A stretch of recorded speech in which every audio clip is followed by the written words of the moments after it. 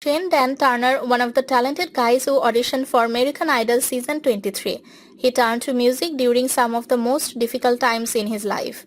He taught himself how to play the guitar when he was 13 years old and temporarily in a Brooklyn foster home, and first performed on the subway at 16 after his family was evacuated during Hurricane Sandy.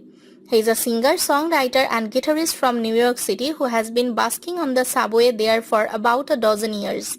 Shane Dan Turner can often be found in New York City subway stations, decked out in a black blazer and entertaining strangers with classics like the Beatles, You Have Got to Hide Your Love Away, and Creedence Clearwater Revival's Have You Ever Seen the Rain during rush hour. He re-released a song called Let It Be, one of his first singles, in January.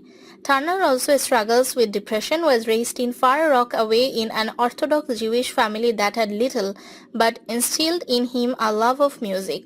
Shane also released a good deal of music, including a 2021 EP called Nightmare and a 2023 EP called Cell Phone Blues.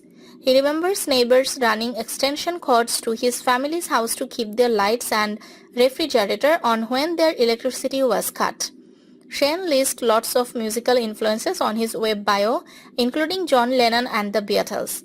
One of his most popular TikToks is his cover of the Beatles' Real Love performed outside John Lennon's New York City home.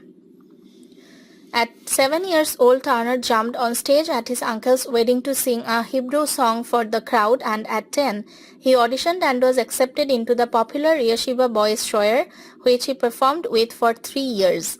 His grandfather, a cantor in a synagogue, would sing opera to him as a baby, and his father, a guitarist for more than 40 years, introduced him to AC/DC, Led Zeppelin and the Beatles, who he lists among his many influences.